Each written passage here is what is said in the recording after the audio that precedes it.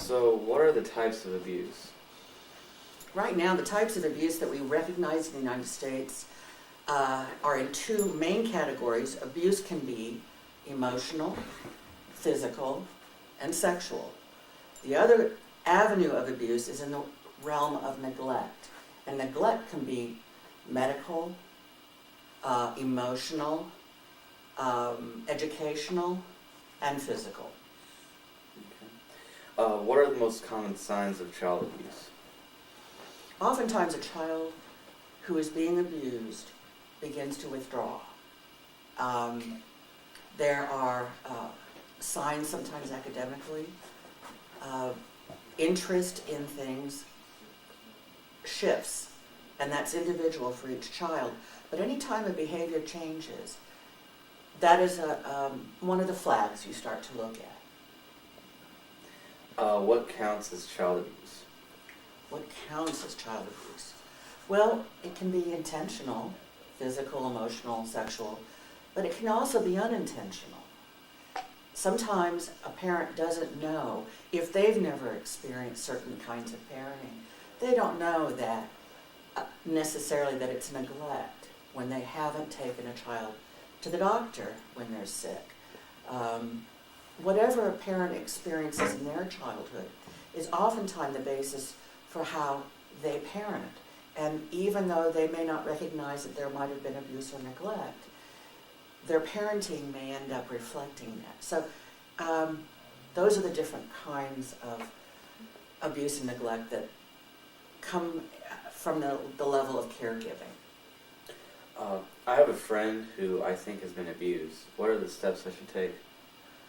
Well, as in everything that we talk about in anti-victimization, you need to know that something is happening that's not good for you. You need to have the knowledge that something's wrong. So self-knowledge, knowing, having the educational foundation that no, people aren't supposed to hit me. No, people aren't supposed to hurt me. And they aren't supposed to say things like that to me. That's the first thing, to know. And then have a plan that, okay, in those situations I need to move into another part of the house, or I need to go to my neighbor's house, or I need to go back to the school and talk to my teacher or my counselor, or maybe my other parent. How is a child affected from child abuse? It's a lifelong affect, but like many things, it's just the amount of knowledge that you put behind it. If you become aware and you're able to withdraw from an abusive situation, you can be that much stronger and that much more focused on raising your own children in a different way, or working with children to make sure that they aren't hurt. If my child has been abused, what should I do to help them get better? Well, you should talk about it. You know, there are many, many people to help a conversation go along. It can be a therapist. It can be certainly through your faith ministries.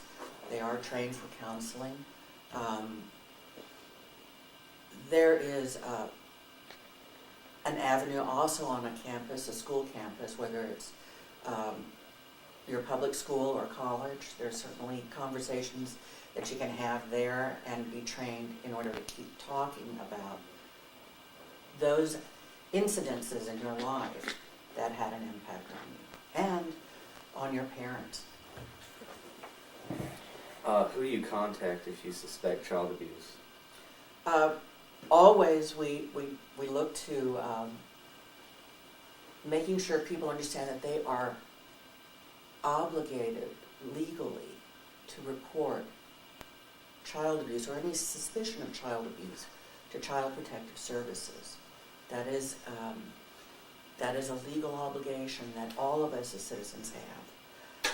But oftentimes people sort of check in first with, you know, it may be that a doctor and a nurse in a hospital recognize it first. It may be that the police might recognize it. But most of the recognition that child abuse is happening on some level is really in the arena of schools. The people and staff in schools are recognizing when children are hurt, probably the most. But we're all obligated to have our eyes and ears open for children. What are the ways to protect yourself from child abuse? Hopefully you are going to be able to participate in child safety programs at school. If you are working in extracurricular activities such as scouting, you have a lot of awareness that is built up in that program. You will have some awareness through sometimes through your doctor, through making sure that you're doing okay every year when you have your physical. It is important for every child to know that they do not deserve to be hurt. And as they become more and more educated about this sort of issue of victimization, whether it's from a parent or even from one of their classmates, hopefully they will know that they don't deserve to be abused, to be victimized. They will find a way to deal with it on an immediate level, in other words, get away, and then tell someone about it. And that is our greatest hope for all children. Last question. How do you prevent child abuse? I think education and public awareness are the biggest tools we've got.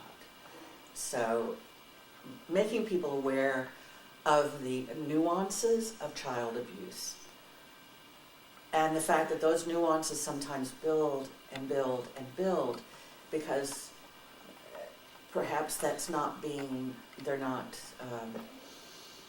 people aren't being called on it. We are all monitors of each other, and we are helping raise all of our children. So our biggest area in which we can promote child safety is in building awareness with ourselves. Okay, thank you. Mm-hmm.